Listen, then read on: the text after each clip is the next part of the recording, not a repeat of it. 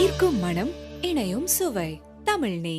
S, நமக்கு எல்லாரும் நினைச்சது கரெக்ட் தான். ஸோ ரேவதி தான் அப்படி ஃபேஸ் எல்லாம் மறைச்சிட்டு ஓடினது. பட் இலக்கியா நேர்ல போய் இந்த மாதிரி கௌதம நீங்க ஆசீர்வாதம் பண்ணியே ஆகணும், ஸோ கரெக்டான டயத்துல தான் கடவுள் உங்களை எங்க கண்ணில் காமிச்சிருக்காங்க அப்படின்லாம் சொல்றாங்க. பட் இருந்தாலும் ரேவதி பாத்தீங்கன்னா ரொம்ப ஒரு மாதிரி தயங்குறாங்க. இதுக்கு ஒரு வழி இருக்கு அப்படின்னு சொல்லிட்டு இலக்கியா போய் கௌதமோட கண்ணை கட்டிட்டு கூட்டிட்டு போய் ஆசீர்வாதம் வாங்க வைக்கிறாங்க. பட் ஆனாலும் ஆசீர்வாதம் எல்லாம் பண்ணதுக்கு அப்புறம் கௌதம் பார்க்கணும் அப்படின்னு கண்ணை திறக்கிறாரு. பாத்துருவாரா? பார்த்தா என்ன நடக்கும்? ரேவதி எப்படி ரியாக்ட் பண்ண போறாங்க? கௌதம் என்ன சொல்ல போறாரு? எப்படி ரியாக்ட் பண்ண போறாரு? இன்னைக்கு எபிசோட் பார்த்து தெரிஞ்சுக்கலாம். அதான் உங்களை கடவுள் பார்க்க வச்சுட்டாங்கல்ல. கௌதம் வாழ்க்கையில ஜெயிக்கணும்னா உங்க ஆசீர்வாதம் ரொம்ப ரொம்ப முக்கியம். அது எப்படி முடியும் இலக்கியா? திரும்புங்க வாங்க.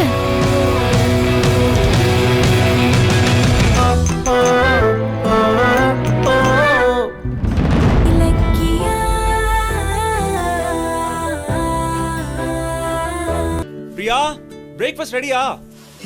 5 minutes. எனக்கு மீட்டிங்க்கு டைம் ஆச்சு, நான் கிளம்புறேன். 5 minutesல என்ன ஆக போகுது? பாய்.